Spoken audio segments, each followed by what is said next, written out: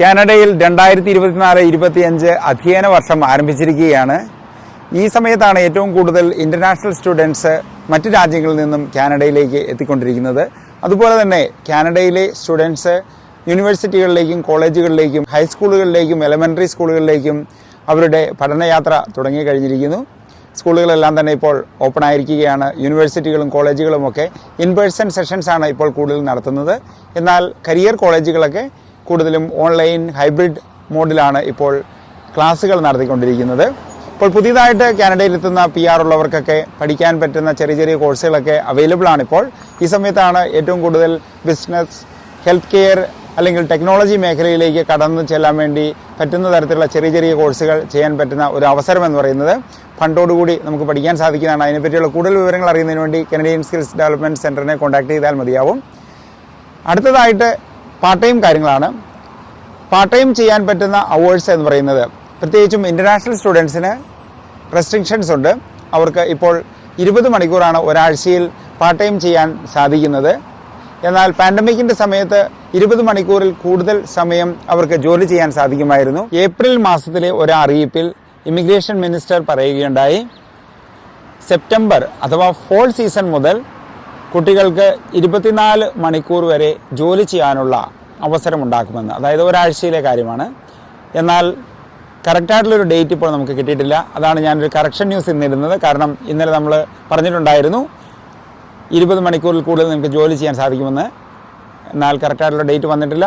ഇനി നമുക്ക് ജീവിത ചെലവുകൾ നോക്കിക്കഴിയുമ്പോഴേക്കും 20 മണിക്കൂർ അല്ലെങ്കിൽ 24 മണിക്കൂർ ജോലി ചെയ്തുകൊണ്ട് കുട്ടികൾക്ക് ഇവിടെ പഠിക്കാൻ സാധിക്കുമോ? ടൊറൻറ്റോയിലെയും ബ്രിട്ടീഷ് കൊളംബിയയിലെയും കാൽഗറിയിലെയും ഒക്കെ ജീവിത ചെലവുകൾ കൂടിയിരിക്കുകയാണ്. ഇപ്പോൾ നോക്കുകയാണെങ്കിൽ പല കുട്ടികൾക്കും പല റേഞ്ചിലാണ് റൂമുകളൊക്കെ കിട്ടുന്നത്. അത് $400 മുതൽ $700 വരേക്കാണ് വരുന്നത്. പിന്നെ ഗ്രോസറി ചിലവുകൾ, പിന്നെ ഫുഡ് പുറത്തുനിന്ന് വാങ്ങുന്നവരാണെങ്കിൽ അതിനുള്ള ചിലവുകൾ, ഫോൺ ബില്ല്, എല്ലാ കാര്യങ്ങളും ഉണ്ട്. ഇപ്പോൾ നിങ്ങളുടെ മക്കൾ സ്പെൻഡ് ചെയ്യുന്നത് എത്രയാണെന്ന് ഒന്ന് താഴെ കമൻറ്റ് ചെയ്യുകയാണെങ്കിൽ, അല്ലെങ്കിൽ കുട്ടികൾ തന്നെ കമൻറ്റ് ചെയ്യുകയാണെങ്കിൽ വളരെ നല്ലതായിരിക്കും. നമുക്കൊരു കറക്റ്റായിട്ടൊരു ഐഡിയ കിട്ടും. ഇനി വരുന്ന കുട്ടികൾക്കും അത് സഹായകരമായിരിക്കും ഒരു മാസത്തെ ചിലവ് എത്രയാണെന്നുള്ള കാര്യം.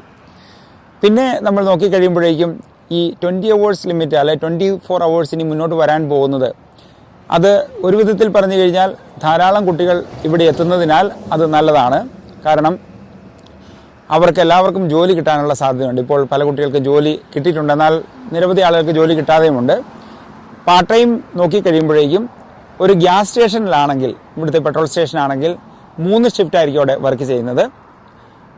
24 മണിക്കൂർ അല്ലെങ്കിൽ 20 മണിക്കൂറാണ് ജോലി ചെയ്യുന്നതെങ്കിൽ ഒരാൾക്ക് 1, 2, 3 ഷിഫ്റ്റുകളാണ് എടുക്കാൻ സാധിക്കുന്നതെന്ന് പറഞ്ഞു കഴിഞ്ഞാൽ കൂടുതലും 8 മണിക്കൂറുള്ള ഷിഫ്റ്റുകളാണ് ഇവിടെ വരുന്നത്. ഇനിയിപ്പോൾ 24 മണിക്കൂറിൻ്റെ ഒരു ഓപ്ഷൻ വന്നു കഴിയുമ്പോഴേക്കും 3 ഷിഫ്റ്റുകൾ വരെ കുട്ടികൾക്ക് ഇവിടെ എടുക്കാൻ സാധിക്കും.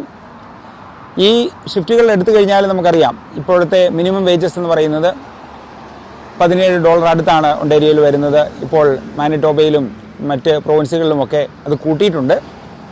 നിങ്ങൾക്ക് കൂടുതൽ സ്കില്ലിങ് ചെയ്യുകയാണെങ്കിൽ, പ്രത്യേകിച്ചും ഡ്രൈവിംഗ് ലൈസൻസ് ഉണ്ടെങ്കിൽ, അല്ലെങ്കിൽ നമുക്ക് എന്തെങ്കിലും പ്രത്യേക സർട്ടിഫിക്കേഷൻസ് ഇവിടെയൊക്കെ ഉണ്ടെങ്കിൽ നിങ്ങൾക്ക് ഹയർ ജോലികൾക്ക് വേണ്ടി അപ്ലൈ ചെയ്യാൻ സാധിക്കും.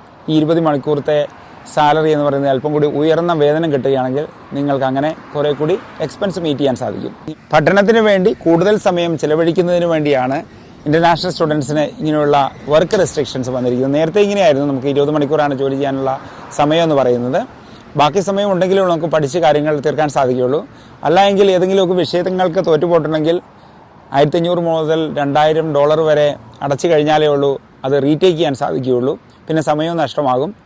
കാരണം നമുക്ക് ഒരു 35 മണിക്കൂറെങ്കിലും ഒരാഴ്ച പഠനത്തിന് വേണ്ടി തന്നെ സ്പെൻഡ് ചെയ്തെങ്കിൽ മാത്രമേ നമുക്ക് കാര്യങ്ങൾ ഭംഗിയായിട്ട് ചെയ്യാനും നല്ല ജോലികളിലേക്ക് മുന്നോട്ട് പ്രവേശിക്കാൻ സാധിക്കുകയുള്ളൂ. അസൈൻമെൻറ്റ്സ് ഒക്കെ ചെയ്യാനുണ്ട്, പ്രൊജക്റ്റുകൾ ചെയ്യാനുണ്ട്, കോപ്പ് വർക്ക് ചെയ്യാനുണ്ട്, ഇങ്ങനെയുള്ള എല്ലാ കാര്യങ്ങളും ഉണ്ട്. നല്ല തിരക്കായിരിക്കും കുട്ടികൾക്ക് എല്ലാവർക്കും ഇവിടെ തന്നെ. അപ്പോൾ ഇത്രയൊക്കെയാണ് നമ്മുടെ അധ്യയന വർഷത്തിലെ പുതിയ വാർത്തകൾ. ഇനി നമുക്ക് ഒരു പ്രധാന കാര്യം എന്ന് പറയുന്നത് നമ്മുടെ ഒരു വെബിനാർ 23-ാം തീയതി രാവിലെ 10 മണിക്ക് കനേഡിയൻ സമയം നടത്തുന്നുണ്ട്.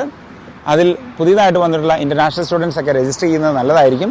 കാരണം കാനഡയിലെ ജോബ് ഓപ്പർച്യൂണിറ്റീസ്, അതോടൊപ്പം തന്നെ ഒരു റെസ്യൂം പ്രിപ്പറേഷൻ ഓപ്ഷൻ്റെ കാര്യങ്ങളൊക്കെ അതിൽ പറയുന്നുണ്ട്. പിന്നെ ഒരു RCIC കൺസൾട്ടൻറ്റിൻ്റെ സേവനം അവിടെ ഉണ്ടായിരിക്കും. അതായത് PR പാത്വേസിനെ പറ്റിയും മുന്നോട്ട് എടുക്കേണ്ട കോഴ്സുകളെ പറ്റിയും പ്രധാനമായിട്ടും സെക്കൻഡ് കോഴ്സുകളെ പറ്റിയുള്ള വിവരണങ്ങളൊക്കെ ഈ മീറ്റിങ്ങിൽ നമ്മൾ ഡിസ്കസ് ചെയ്യുന്നതായിരിക്കും. അതോടൊപ്പം തന്നെ Q&A സെഷനും ഉണ്ടായിരിക്കും. അതിൻ്റെ ലിങ്ക് ഈ വീഡിയോയുടെ താഴെ തന്നെ കൊടുത്തിട്ടുണ്ട്. അതൊന്ന് രജിസ്റ്റർ ചെയ്യുകയാണെങ്കിൽ നിങ്ങൾക്ക് തീർച്ചയായിട്ടും ഫ്രീ ആയിട്ട് തന്നെ അതിൽ പങ്കെടുക്കാൻ സാധിക്കും. പിന്നെ കനേഡിയൻ സ്കിൽസ് ഡെവലപ്മെൻറ്റ് സെൻറ്ററിൻ്റെ സെക്യൂരിറ്റി ട്രെയിനിങ്ങും CPR ക്ലാസ്സും നടക്കുന്നത് 16-ാം തീയതിയാണ് നടക്കുന്നത്. ഈ തിങ്കളാഴ്ചയാണ് നടക്കുന്നത്. ആർക്കെങ്കിലും നമുക്ക് രജിസ്റ്റർ ചെയ്യണമെങ്കിൽ അതിൻ്റെ ലിങ്ക് താഴെ തന്നെ കൊടുത്തിട്ടുണ്ട്. അത് രജിസ്റ്റർ ചെയ്യുക. പിന്നെ നമുക്ക് ഫുഡ് സർവീസ് വർക്കർ എന്ന് പറയുന്ന ഒരു 7 ആഴ്ചത്തെ പ്രോഗ്രാമുണ്ട്. സ്റ്റുഡൻസിന് സ്പൗസൽ വർക്ക് പെർമിറ്റിലൊക്കെ വന്നിട്ടുള്ളവർക്കൊക്കെ എടുക്കാൻ പറ്റുന്നൊരു കോഴ്സാണ്. അത് എടുത്തിട്ടുണ്ടെങ്കിൽ $20 മുതൽ സാലറി ലഭിക്കുന്ന ഒരു ഓപ്ഷനാണ്. അപ്പം നിങ്ങൾക്ക് എന്തെങ്കിലും കണക്ഷൻസ് ഒക്കെ ഉണ്ടെങ്കിൽ അല്ലെങ്കിൽ പരിചയങ്ങളൊക്കെ ഉണ്ടെങ്കിൽ, പ്രത്യേകിച്ചും കെയർ ഹോമുകളിൽ, ഹോസ്പിറ്റലുകളിൽ, റിട്ടയർമെൻറ്റ് ഹോമുകളിൽ, പിന്നെ നമ്മുടെ റെസ്റ്റോറൻറ്റുകൾ, ഇങ്ങനെയുള്ള സ്ഥലങ്ങളിലൊക്കെ ജോലി ചെയ്യാൻ വേണ്ടി പറ്റുന്ന ഒരു കോഴ്സാണത്. അതിൻ്റെ വിവരണങ്ങളും താഴെ കൊടുത്തിട്ടുണ്ട്. അടുത്തൊരു പ്രധാന വാർത്ത എന്ന് പറയുന്നത് കാനഡയിലെ ഒരു പ്രധാന ഇമിഗ്രേഷൻ പ്രോഗ്രാമായ RNIP, റൂറൽ ഇമിഗ്രേഷൻ പ്രോഗ്രാമാണത്. ഈ പ്രോഗ്രാം ഇപ്പോൾ നിർത്തലാക്കിയിരിക്കുകയാണ്.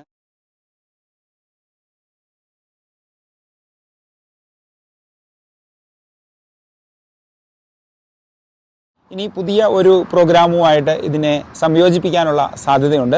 നമുക്കറിയാം, നിരവധി ആളുകൾ വർക്ക് പെർമിറ്റിൽ ഇവിടെ വന്നിട്ടുണ്ട്, അല്ലെങ്കിൽ മറ്റ് രാജ്യങ്ങളിൽ നിന്ന് ഈ പ്രോഗ്രാം വഴി വരാൻ വേണ്ടിയിരിക്കുന്നവരുണ്ട്. 125 പേർക്കാണ് ഈ പറഞ്ഞിട്ടുള്ള ലിസ്റ്റിലുള്ള കമ്മ്യൂണിറ്റികളിലേക്ക് അപ്ലൈ ചെയ്യാനുള്ളൊരു അവസരം ഉണ്ടായിരുന്നത്. അതായത് ഓരോ കമ്മ്യൂണിറ്റിക്കും 125 പേരെ വീതം സ്വീകരിക്കാനുള്ള ഒരു അനുവാദമുണ്ടായിരുന്നു. അങ്ങനെ 2750 മേളിൽ ആളുകൾ ഈ പാത്വേയിൽ കൂടി PR നേടുന്നുണ്ടായിരുന്നു. നമുക്കിനി പുതിയ അപ്ഡേറ്റ്സിന് വേണ്ടി തീർച്ചയായിട്ടും കാത്തിരിക്കാം. നമ്മുടെ നാളത്തെ ലൈവ് സെഷനുണ്ട്, 10:30-ക്കാണ്. എല്ലാവരും വരിക. നിങ്ങളുടെ ക്വസ്റ്റ്യൻസൊക്കെ ഇപ്പോൾ തന്നെ ഇവിടെ കമൻറ്റ് ചെയ്തേക്കുക. പിന്നെ നമ്മുടെ ഞായറാഴ്ചത്തെ ന്യൂസ് ഉണ്ട്, പ്രധാന വാർത്തകൾ തീർച്ചയായിട്ടും കാണുക. അതിൽ നിരവധി കാര്യങ്ങൾ ഡിസ്കസ് ചെയ്യുന്നതാണ്. ചാനൽ സബ്സ്ക്രൈബ് ചെയ്യാൻ മറക്കേണ്ട. നിരവധി അപ്ഡേറ്റുകൾ ബ്രേക്കിംഗ് ന്യൂസായിട്ടും പ്രധാന വാർത്തകളായിട്ടും കരിയർ ടോക്സായിട്ടും എല്ലാ ആഴ്ചയിലും അപ്ലോഡ് ചെയ്യുന്നുണ്ട്. പഴയ വീഡിയോകളൊക്കെ കാണുക, ഷെയർ ചെയ്യുക, ലൈക്ക് ചെയ്യുക. Thanks for watching. ബൈ.